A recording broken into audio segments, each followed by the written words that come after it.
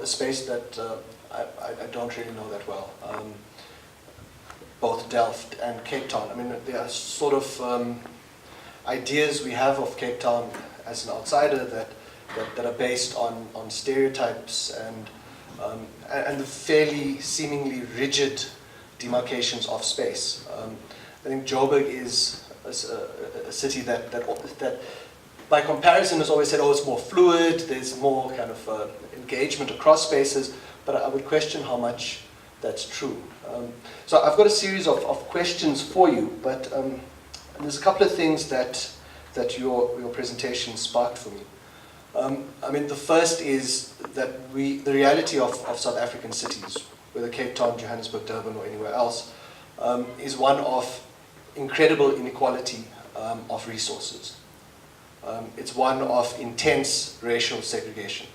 And I think these are two fundamental realities that before we engage any further, we have to think about very, very deeply. So we think through the prisms of, or the conceptual structures of colonialism, the prisms and conceptual structures, and what you point out very clearly, that the spatial, architectural, and aesthetic forms that the ideology of apartheid was operated by. Right? So these columns, the way in which urban space is designed, were not incidental. They were deliberately and very clearly and precisely marked. Right? So we'd be left with these baggages of very, very intense and predatory ideological and aesthetic systems, where the question then becomes, what do we do, right? And I think you're approaching it particularly from the discipline of architecture, perhaps urbanism within that. And I think what you're pointing, especially as you go to the end, is that any of these disciplines are insufficient in and of themselves, that there needs to be more interdisciplinary forms of engagement. So I think we'll get to that, because I would like to hear what you think that could look like. I mean, in particular, you engage with public space, right? And for me, the thing that I immediately think about is the forms of public space that apartheid did generate. And you know, I'm going to speak in the Joburg context because this is what I know. All of the white suburbs are very quaintly structured around the Church Street, where you see that street in Sevenderlaan that they have at the opening, where all the shops are. It operates as a kind of communal space, and it's just centered around the church. And normally there are a few churches. So publics would gather there. There would also be this very quaint structure of the recreation center. And this is in white suburbia in Johannesburg. The recreation center had daycare, the recreation center had a couple of tennis courts, and in some of the nicer areas, a bowling green. Right? So this was apartheid public space, which still exists today. And these are in various states of disrepair or privatization. Right? So they're public goods, or under apartheid, they were public protected spaces that have now been turned into drinking halls or have been privatized in other kinds of ways. The radical distinction to that is the township, right? Which was an apartheid structure, which didn't have any of these spaces. And Delft is an example that you show, which is very, very much vacant of any kind of thinking around public goods, right? People were supposed to work and then come back, work and come back. It was a labor encampment. So for me, that relationship between these two spaces is one that I think is important to maintain.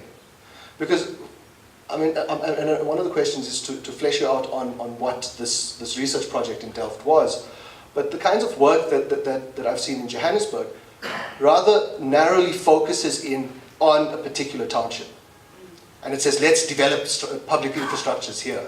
Forgetting the fact that the links between townships and white suburbia are intense, even if it's just for labor. But those links and across thinking about public infrastructure is crucial, because if you don't, you just go in the same apartheid mentality of in very kind of siloed ways, developing resources in an isolated community.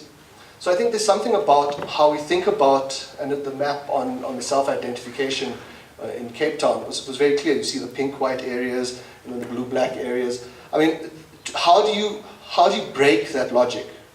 How do you develop areas that are mixed income and mixed race, right? So and then answer the question of, or ask the question of public infrastructure through that.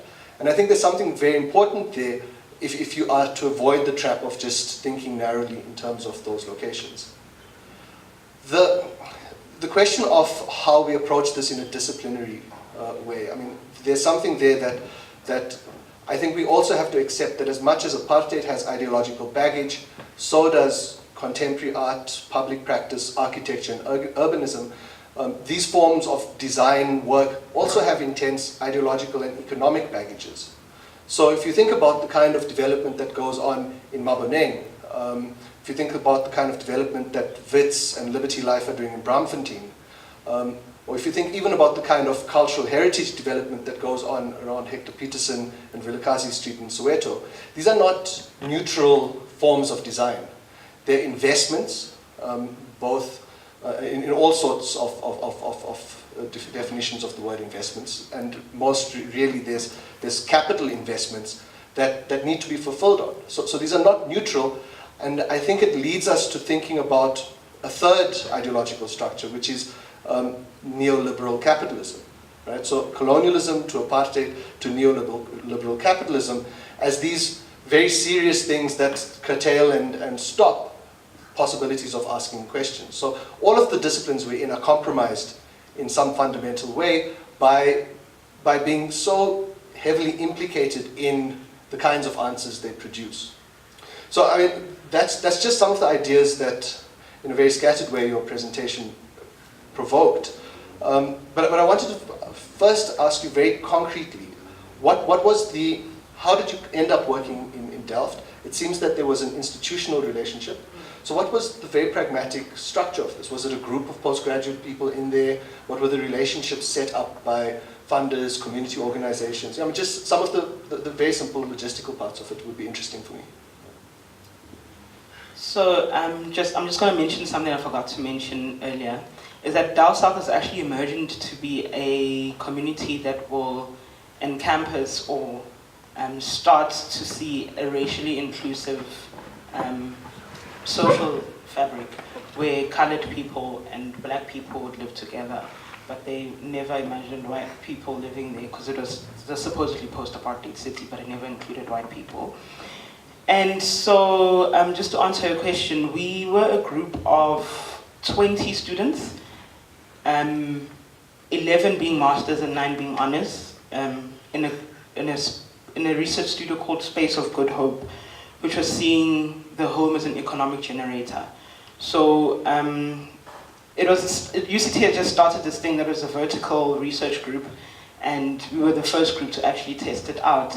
So they had no particular focus within the research, so it was up to us, particularly on the master's students, to decide on what we need to look at. So going into Delft, one of the guys that we worked with, my lecturer, Fadli Isaacs, had established a relationship with some of the residents to actually take us around and show us the community. What was disheartening for me was that on the ethical side, it's just, we walked in there with our cameras, and I mean, there was this sense with me as well, because I was like the only person of color in the group. So to walk into a neighborhood and start snapping people away as objects right in front of their faces and not even explaining who you are and what you're here to do. And there's also this other thing, when you do explain, you need to be very careful and be like, we're not here to bring a building. We're actually here as UCT students studying the area to create a false or imaginary intervention that will not get built, just not to give that people hope. So you need to be careful when moving into such spaces. And so we all went into our own research interests, because my interest was predominantly public spaces and medium to large scale public facilities that would anchor public spaces and encourage them to be used across different times of the day. So I was actually designing a building somewhat similar to this, looking at public arts. I titled my thesis Performing Space, was I'd seen the cityscape as a stage, and then the people, the buildings, and everybody else as the props who play on it or act on it. So I walked in with that mentality, and then the questions that came up were just like, who would use the space, who would fund it? So there's already like tensions from my supervisor to try not to move into a public-orientated building that was predominantly going to be probably around the scale within a township. But then I needed to understand the language of the social spaces in the area in order to generate this type of building and what would hold it down. So the end intervention ended up becoming a theater with dance studios and homework rooms anchored with informal trade, because I wasn't going to ignore what was already present in the site, and housing, just to lend onto the 7 points that I mentioned about surveillance, enclosure, and legibility. And this idea is at the level of drawing, or is it possible to actually think about making this happen? Well, for my master's, it was at the level of drawing, because I just had to come up with the design. But I don't see what would stop it from happening, provided that the funds are there, because the people are there, and the urgency is there for the people to generate and create such spaces in low-income communities. It'll be the only thing that popped up last year was just that it's the ideas that people have about the township that could actually stop such an intervention from happening. Because like with all the social ills embedded within the township, you need that like breakaway relief space for the children. Because the children just go to school and go back home. There's no in between, there's no space for them to gather or to learn. And if there is, you find that to protect the assets inside, like a computer room or a library, or a theater, those places end up being locked up at certain hours, so they're not really accessible unless they open from like 9 to 5. So yeah, and with the issue of parents having to travel all the way to town and come back into the township, kids are actually not attended to between 2 o'clock and like 6 p.m. So where do they go and what do they do?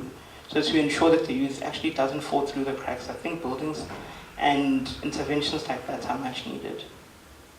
I mean, I think that opens up a whole very important discussion around how to then leverage public infrastructure. I mean, at the moment, Cape Town city's invested a whole lot of public money into something like the Sept Mocha Museum, and it's predicated on a kind of trickle-down effect that we know is very, well, it doesn't happen.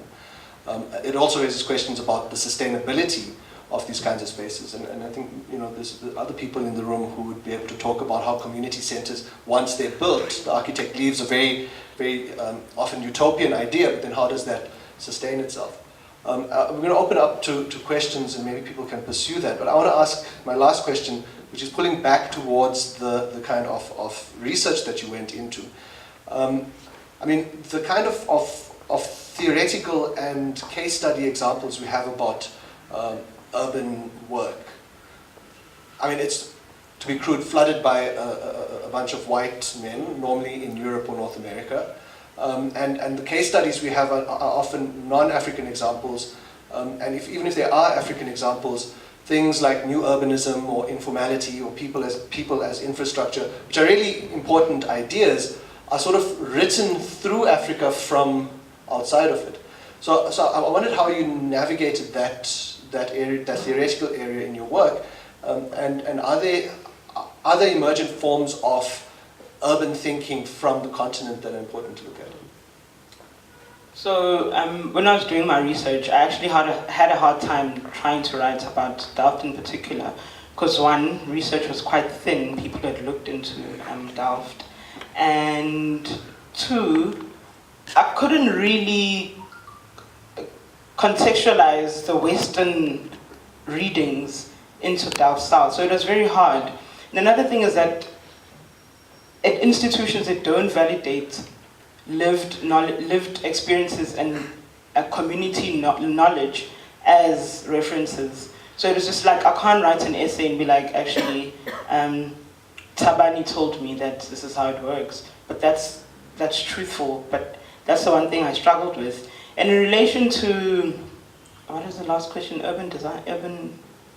Well, I mean, other forms of theorization or thinking about urban spaces from the continent that you came across? I didn't come across many, because I looked at the one city that most people look at, and I also looked at it, was actually Lagos in Nigeria, and how they've actually managed to create a new form of urbanism that wasn't really formal or followed the Western ideology into occupying and appropriating their day-to-day spaces.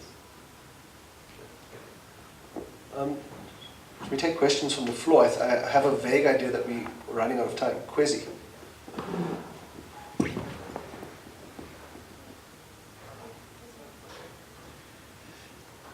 I have two questions, maybe comments. The one is around the dichotomy, which is that, well, fair enough, the apartheid planning did not provide much spaces for recreation for the townships. But I do recall that there were some, certainly in Soweto there were a few, including the facility that's next door to the Hector Peterson, which is called Uncle Tom's Hall. And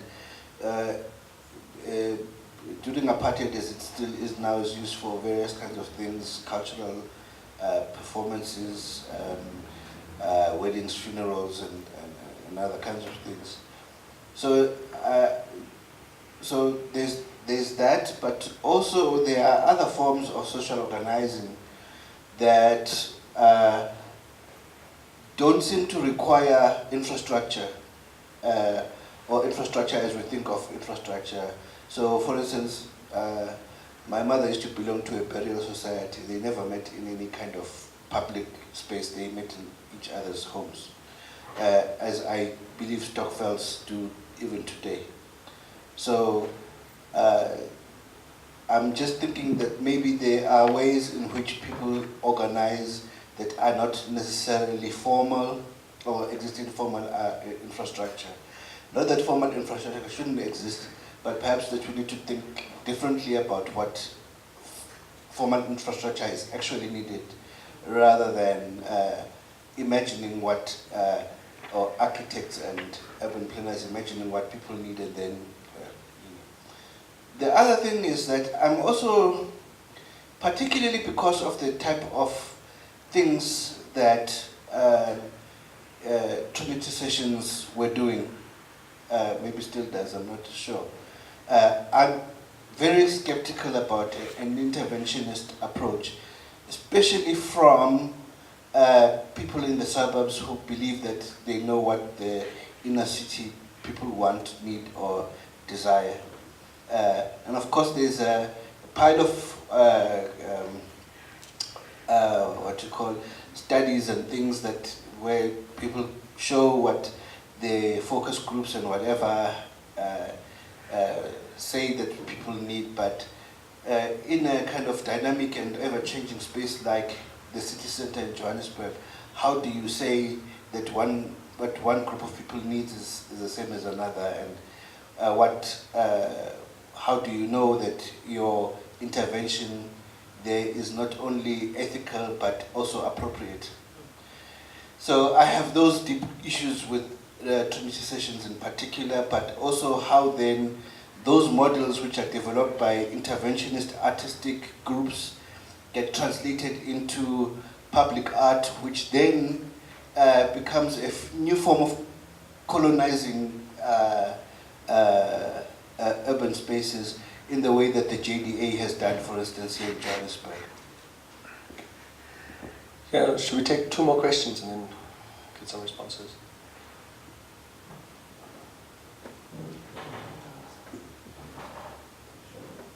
Okay. Firstly, thank you for the presentation. I think it's absolutely fascinating. And perhaps just to pick up on what Kwezi mentioned, this kind of interventionist approach and how problematic it is. There was a beautiful image you showed there of the planned versus kind of the creative, where the planners planned this much housing and then the people built double that, I think. And I'm wondering that, is that perhaps the best approach for planners to kind of leave room for people themselves to determine how their space will be. Of course, there are challenges that he rightly mentioned. Okay, who's going to fund this? You know, where does the money come from? The whole ideology behind it. But I'm thinking that maybe from your perspective, isn't that the most democratic way, instead of kind of the messiahs coming from the universities saying we are going to design this for you and this is what you need, but kind of look at what the people already are creating and then kind of work around that, because obviously people are living in the space and they are determining how they are going to work with the spaces, as he mentioned during apartheid, that even though the spaces were kind of determined that this is how it's going to be, people worked around that, okay, creating soccer fields where they did not exist, okay. We'll make our own fields on the bushes there and so on. But I'm just wondering if there is a way for planners to leave room for the people themselves to create. There's two more. So we take those two more and then.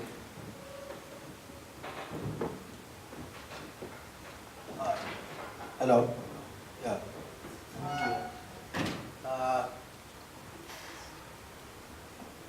I got it. One of the, you said, you're not sure yourself that apartheid is over. You touched on that. How much during your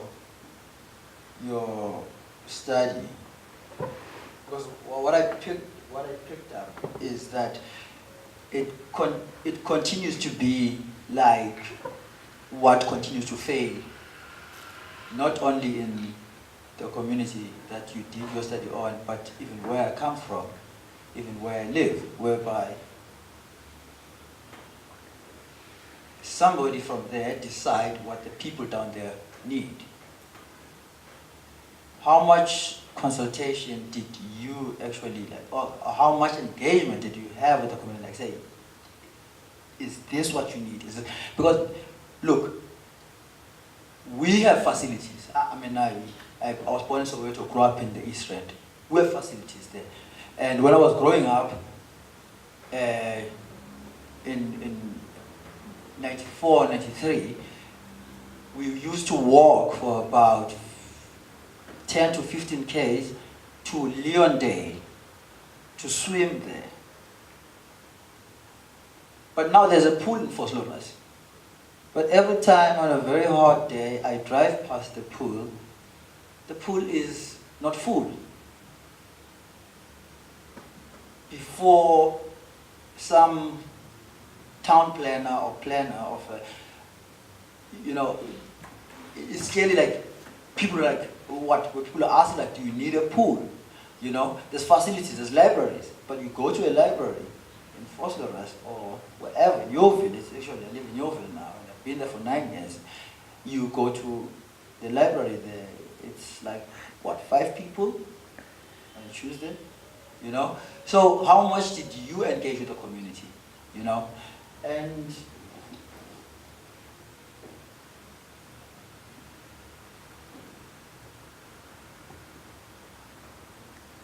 you touched on social cohesion. Is social cohesion achievable? A socially cohesive society is achievable before we deal with what is the real problem? Because, I mean, how can you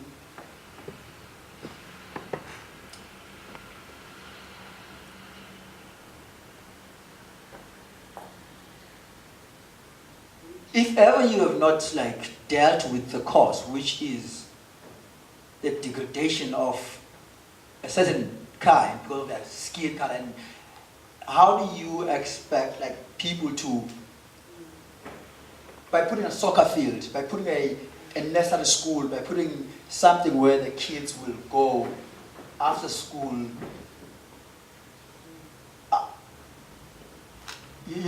without addressing. Yeah, I'm losing my point here, but there was something there. Maybe it will come back again. Public spaces, I love the public spaces. How far did your research go? Because I work on the public sphere myself, and the streets have always been public. And as a lesser human, being black in a formerly colonized apartheid state and whatever, we never had structures for, so the streets have always been the theater of the people where everything is performed. It's always been that. In Cape Town, if you check in the late 1800s, the trades and whatever, during the Dixie, as far as jazz goes, like in the time of the Dixieland, when the ship stops and trade is happening, there would be marching bands. So that was even before so what I'm trying to say is that the streets have always been, maybe it's not even a question. Okay, thanks, but can we get the last question? I think it's right in front of you. Hey, I think this is a bit of more of a comment. I also studied at UCT, architecture, and I think I just wanted to speak to this idea of the interventionist approach. I'm going to throw UCT under the bus a bit, but generally that is the way that the university engages with townships. Whether it's through, when I was in second year, we worked on a project in Imizamu Yetu, where I'm pretty sure they didn't speak to the community at all, because what they'd been intervening with through the years prior, I don't know if you did undergrad there. I did. I don't think that that's necessarily speaking to a direct need that the community faces. So that's one of the problems. It's an institutional problem, just the entire interventionist approach. But I study planning now, and we do look at community-based participation. I think it's still a little bit underrated, but that is a process where a planner goes into a community and basically facilitates discussion within the community, and the community members bring up their issues. They bring up the priorities the challenges that the communities face, and basically as a planner all you do is facilitate, and you're supposed to kind of then from that process intervene in some way, but the entire process comes from the community. I don't think that it's done much. I think it's still very much, we talk about it at an institutional level. But I think that's a very interesting process to look at, because I think as spatial practitioners we are kind of the villains of communities, especially poorer communities, because we spend a lot of time theorizing and we I think we have good intentions, I really do, but we kind of dwell in some kind of a utopia, and a lot of these well-meaning public projects do fail because there are greater, like you mentioned, there are greater social ills that we cannot address as spatial practitioners. We don't have control over economic policy and all of that. So I think it's also interesting, you mentioned the interdisciplinary approach where architects, planners, urban designers start working with economists, and because we have something to bring, we are on the ground also, we are supposed to do a lot of field work. Whereas I think the people who deal with policy, even planners who deal with policy, don't actually engage with what's on the ground. So I think at the core of our practice, we need to start looking at interdisciplinary approaches. Otherwise, we are not going to solve anything with just, buildings and, putting trees, which Cape Town loves to do, putting trees and cycle lanes. It's not going to fix the issues. But yeah. Okay, thanks for the questions. We're going to have a last word by Baliwe. I just want to, some of the questions sparked this idea of what is the responsibility of, well, we have a loaded power structure. You have the disciplines, you have government, you have all of these specialist knowledges that tried through interdisciplinarity, participatory action research and facilitated processes to try and understand what goes on, but still in fossilist, a swimming pool stays empty. I still believe that the responsibility must be put on these structures, right? The idea of informality is important, and I think these structures should learn from it. But I think there's the danger of placing an undue importance on the kind of people-driven solutions, right? So the idea of the people must govern, I don't think was meant to say that the people must be in government, right? Government should be managed by specialized people. I think there's maybe a space for a more radical thinking of democracy, right? And how democracy in urban space and democracy with a capital D can work, where you say, actually, no, the specialist has no space in there. And I think that's a question of what do the disciplines of architecture, contemporary art, public urban planning, or spatial practices in general, how do they see themselves as these sort of custodians of knowledge who can actually do something important in a community, or to what extent do they say, actually, that's part of the problem, and we need to radically overhaul the thing in a different way. I think what you start asking for is a different form of organization and structuring of society in a much more radical way. So I think that the debate is a complex one over those issues, but I'll leave the final word to you. Just to touch on what Kwezi and you spoke about how architects and spatial practitioners need to leave room for the community to grow.